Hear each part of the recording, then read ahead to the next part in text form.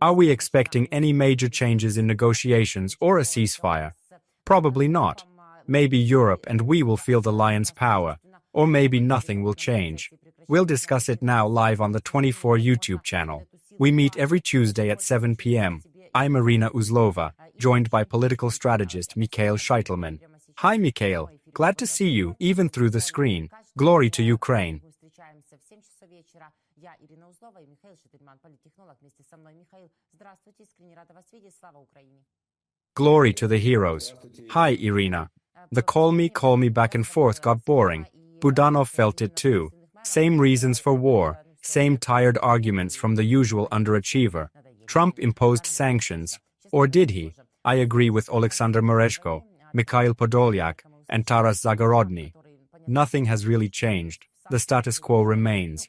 What do you think, Mikhail? Who won? Who lost? Or is everything still the same? Тарас Загородний тоже мой гость, что статус-кво и вообще ничего, в принципе, после этой беседы не изменилось. Или как вы полагаете, Михаил, кто выиграл, кто проиграл, или все осталось ровно на своих местах? Ну так, изменилось ли что-нибудь? Нет, ничего не изменилось. There were hopes since Trump promised stronger sanctions, aligning with Macron and the Europeans. 2 weeks ago, he even said he'd impose them with Europe. But has anything changed? No. It turns out he won't impose sanctions, doesn't want to, and won't act. Anyone hoping for action is now disappointed. Sadly, that's the reality. We also learned a bit about guns.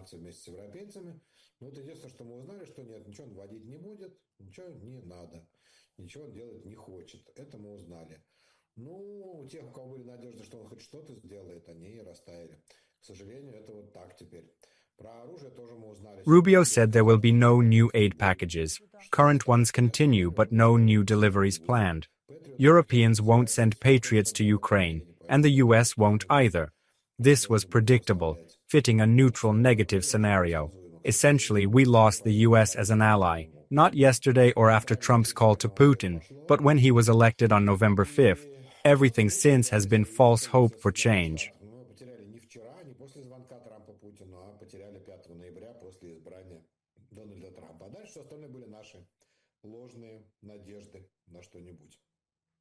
Yes, I was about to say that, but you beat me to it, Mikhail Sheitelman.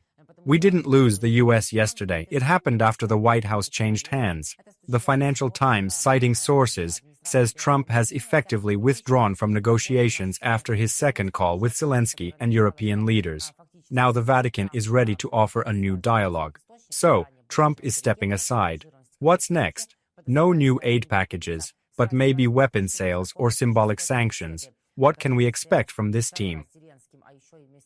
С украинским президентом там были европейские лидеры уже после созвона Трампа с Путиным, где он сказал, что он практически выходит из переговорного процесса. И вот, пожалуйста, Ватикан, например, готов, начинайте. То есть мы здесь как будто тоже такой промежуточный итожик, что Трамп отодвигается в сторону. И тогда что? Новых пакетов нет? Может, хоть продавать будут нам оружие? Может, какие-то санкции хоть для вида ведут против России? То есть чего мы сейчас ожидаем от этой команды? Let's start with the peace process. We never asked Trump to be a mediator. We had enough already. He wasn't suitable for several reasons. First, he sent clearly pro-Russian people, like Witkoff, as Zelensky pointed out. Second, Trump is simply unable to negotiate meaningfully due to mental limits. He can't even remember basic facts. I ran a poll when news of his calls to Putin, Zelensky, and NATO broke. Only 1% believed he could stop the war. The scary part isn't that low number, but that everyone else's reasons were why he couldn't, not that he could.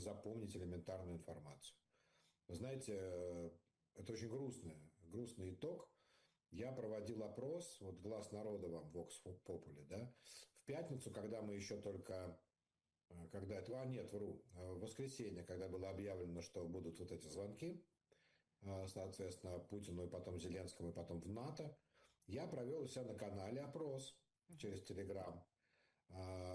Что вы ожидаете, собственно говоря, сможет ли Трамп остановить войну через вот эти звонки? 1% считал, что сможет. То есть возлагал надежды на эти звонки 1% моих зрителей. Но самое ужасное не это, а то, что среди причин, по которым не сможет, то есть был один вариант – сможет, все просто, да? He called Zelensky asking what kind of proposals there were, what stage the negotiations were at. Well, that's how people who are not really in the know behave. I, by the way, know such people well, and have found myself in a similar situation many times, not as Trump, but rather as Zelensky. For example, when my clients, whom I helped as a political technologist, would call me just before an important meeting and ask, "Listen, who am I going to negotiate with now?" You prepare a person, develop a strategy and conditions, and he doesn't remember, because he is busy with something else entirely. This has often happened, especially with those who perceive politics as a side hobby. They have their main business, and politics is something they decided to do in between. And this lack of focus always led to unfortunate consequences. Now we see the same thing with Trump. Apparently he's thinking about something else entirely. He just doesn't care about it. This whole story, the war, Putin, is like a pesky fly to him. Да, он звонил Зеленскому уточнить, какие вообще есть разговоры, какие предложения, что на какой стадии находится. Но вот так себя ведут люди, которые реально... Я тоже много знаю таких людей. И много раз бывал в ситуации, не в ситуации Трампа, а в ситуации Зеленского в данном случае. Когда мне какие-нибудь мои клиенты, скажем так, да, которым я был у них как политтехнолог, вот человек идет там, не знаю, о чем-то договариваться, вот я помню, да, о политическом союзе с другой партией. За минуту долго говорит: слушай, а с кем я иду договариваться? То есть ты человека готовишь же, все же серьезно, условия какие-то. Не помнит. Потому что человек очень занят чем-то другим. Вот реально это бывало в ситуациях, когда мои, в кавычках, политики не были такими целенаправленно, целеустремленными, сосредоточенными профессионалами. Бывали люди, которые воспринимали политику как такое побочное занятие. То есть, в принципе, у них бизнес. Ну вот еще же я тут политикой решил заняться. И вот тогда вот эта несосредоточенность приводила к таким ужасным последствиям. И вот сейчас Трамп, видимо, он думает вообще о чем-то другом. Ему просто не до этого. Это какая-то назойливая муха, вся эта история про какую-то войну, какого-то... He keeps saying, "The war isn't mine." Not because he forgets, but because he doesn't want to think about it. He claims he wants to help, but it doesn't work, and asks, "What can I do?" And that's it. Look, he's running away from this problem because he's got things to do. Golf and Arabs. Golf, Arabs, airplane, that's what's on his mind. There used to be women, but now it's more golf, Arabs, and airplane. And that's why, unfortunately, we see this effect. Even if we talk directly about the dementia of this man, I'm not shy to use those words anymore, unfortunately. On Friday, after the talks between Russia and Ukraine in Istanbul, which led nowhere but still took place, Trump said, even during the talks, that only he could resolve the conflict. It's already clear that the others can't do it. Only he can. First, he said that he would go to meet with both Putin and Zelensky, and then he said that he would meet only with Putin, because only he could resolve the issue. It was a clear message that appears to have been agreed upon at their staff level. Rubio, for example, picked up on this idea and also said that the talks are now at an impasse.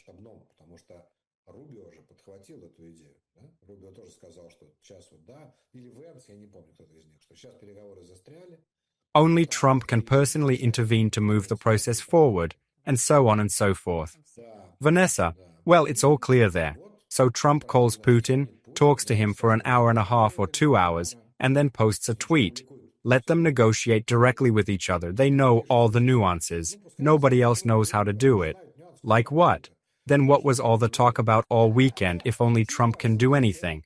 He can't actually do anything because he doesn't understand the nuances, the substance of the agreements, or the reason for the differences. He just doesn't know. So why is he meddling in something he doesn't know how to do? You know, Iryna, are you ready to believe that this man really made a lot of money? I'd rather believe in the bankruptcies we know about than that he actually made money. How is that possible if the person is clearly unable to concentrate, unable to construct a simple logical chain? There's no need for any complicated proofs, no Newton's binomial, no theorem. Just 1, 2, 3, 4, 5, a chain of 5 logical steps. That's it. You don't need to memorize anything else.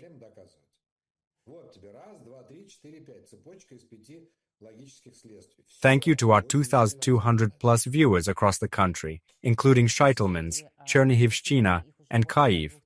We appreciate your questions and warm support. Some remind us Trump promised to end things in 2 to 4 hours. Now he talks about 2 or 4 weeks. Nothing has changed. Мы тоже всегда рады встречаться и встречаться вместе с вами также. И вот нам напоминают зрители, Трамп кричал за 24 часа закончить войну. И что? Да, ну уже понятно, что ничего. Теперь он говорит 2 недели, 2-3. Проходит 2-3 дня, он говорит 2 или 4 недели. Iryna, please pass on a small request from me to our viewers. I'm a bit shy to say it myself, but I'd really like you to subscribe to Sheitelman's channel. I'm just under 632,000 subscribers. Of course. Friends, please subscribe. I watch the channel regularly morning and evening and highly recommend Michael's channel because it shows details and nuances you won't find on many other analytical channels. The link and description are right below this video. I've been subscribed since the start of the full-scale war and recommend it wholeheartedly. Hundreds of thousands are already watching Michael with us. Thanks so much, Iryna, for reaching out to the viewers for me. I'm always happy to help. If something is useful, I always recommend it. About the timeline Trump mentions, that's a good point too. His first claim of 24 hours was a joke, but even as president, he's given many different deadlines like within a week or soon. The funniest was a month ago when he said he'd release his peace plan within 3 days.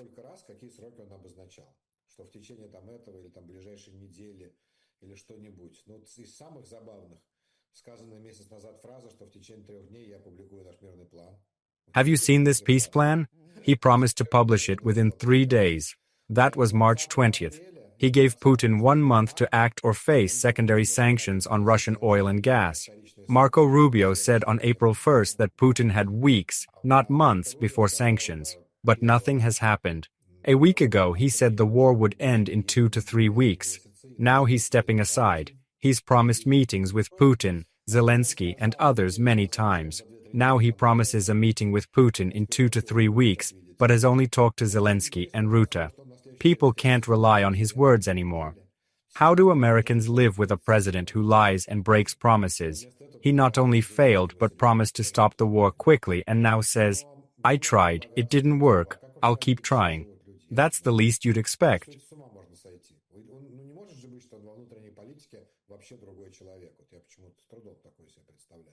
Нет, я понимаю, что почему люди за него голосовали, там какие-то взгляды, все понимаю. Но как сегодня, как можно жить в стране, если твой президент просто через слово врет и дает обещания, кто даже не пытается исполнить? То есть не то, что не получилось, да? Ну, пообещал бы за 2-3 недели остановить войну, а через 2-3 недели вышел бы и сказал, знаете, вот я попробовал так, не получилось, буду пробовать дальше. But no, he didn't even try, he just forgot everything. Because he thinks that now he has all the permissions, because he has already realized his dream, he talked to Putin. As for the plan that the Telegraph writes about, I had a bit of a laugh today. They say that it's time for Trump to think of a plan B, in case Putin completely fails the negotiation process. And I'm thinking, isn't he already failing it? He's failing on purpose, but he's holding Trump to it. So the Telegraph writes to Trump, we need to have a plan B and maybe start acting. And I ask, where is plan A? There hasn't been one at all. It's not clear what plan B is for. Usually plan B is a backup if something goes wrong. You correctly said that if Putin fails in some process, what process is it and whose process is it? I mean, it's Trump's own process, essentially.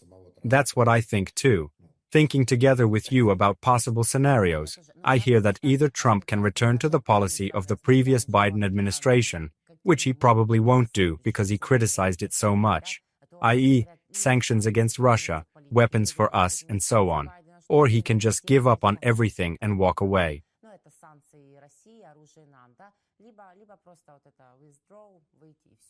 Probably the second option will come true, and Trump will say, here's Pope Leo XV, almost American.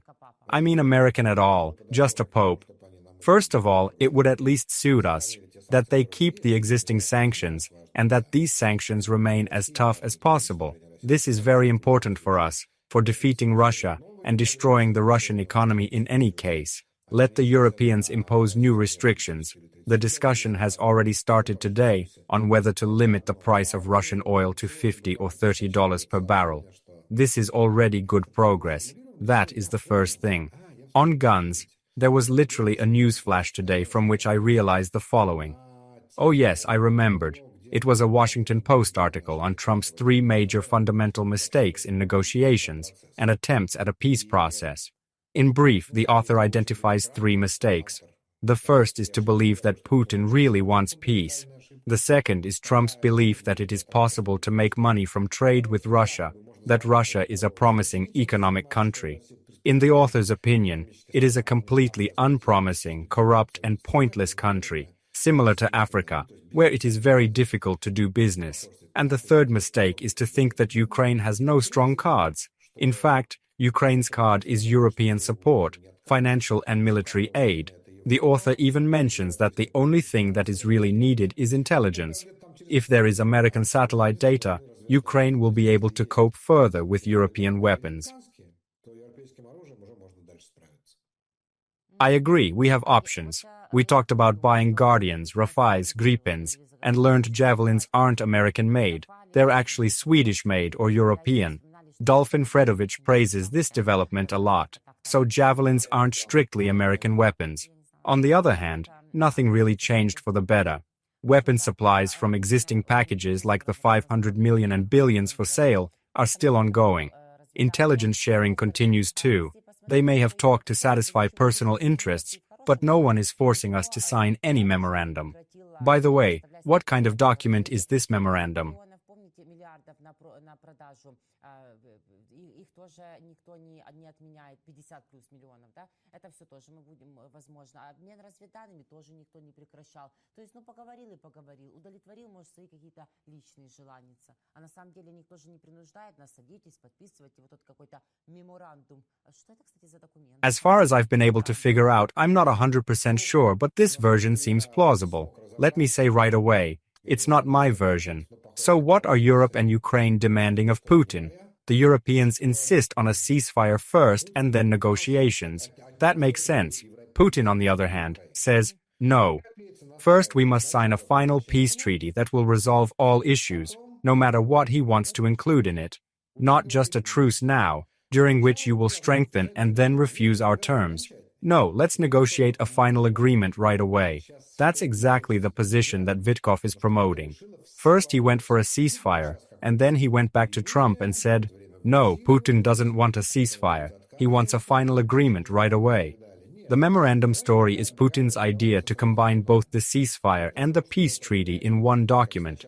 That is, let's first agree on all the terms of the peace treaty. Let's not sign it right now, but let's sign a memorandum that later we will sign this treaty on such terms. And then we will already agree on a ceasefire that will last until the final treaty is signed.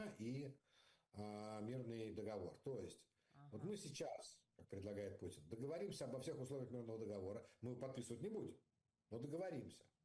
Подпишем меморандум о том, что мы потом подпишем вот этот мирный договор. Вот на таких вот условиях. И тогда мы пойдем на прекращение огня. То есть, как получится прекращение огня, но до договора. But first you have to sign a contract and agree on its terms. In this situation, this is an absolute casuistry. Such schemes work when you are trying, for example, to sell someone a plot of land in Manhattan. Money in the morning, chairs in the evening, and so on. It works there. But it doesn't here, and here's why.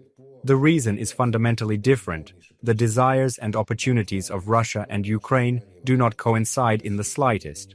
In Manhattan, even if there is distrust or attempts to circumvent the law, in the end both sides want the same thing. For example, you own a great lot on 8th Street, and I want to buy it. But we've worked together many times before, and sometimes we've cheated each other, so we don't trust each other. That's why we can't agree on whether you sign over the lot first or I pay the money first.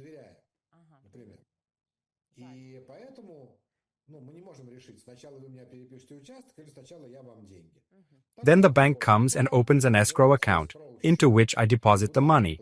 I can't take it back, and you will only get it after you present a document confirming that the land belongs to me.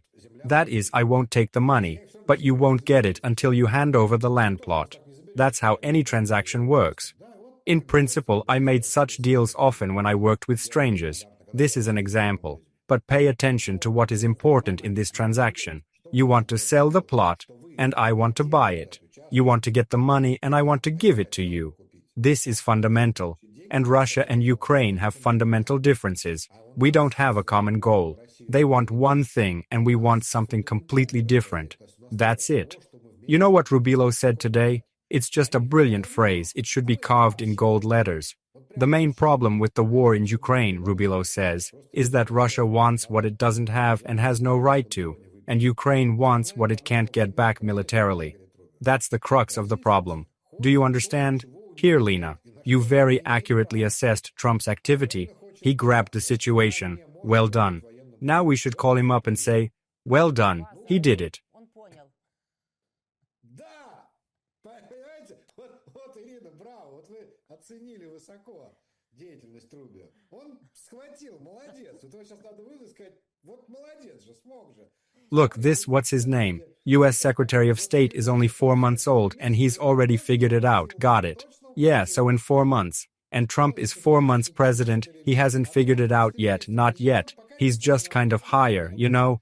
He's got Trump kind of below him, and he's gradually reaching up the ladder. Trump still sees everything in the categories of want war or don't want peace.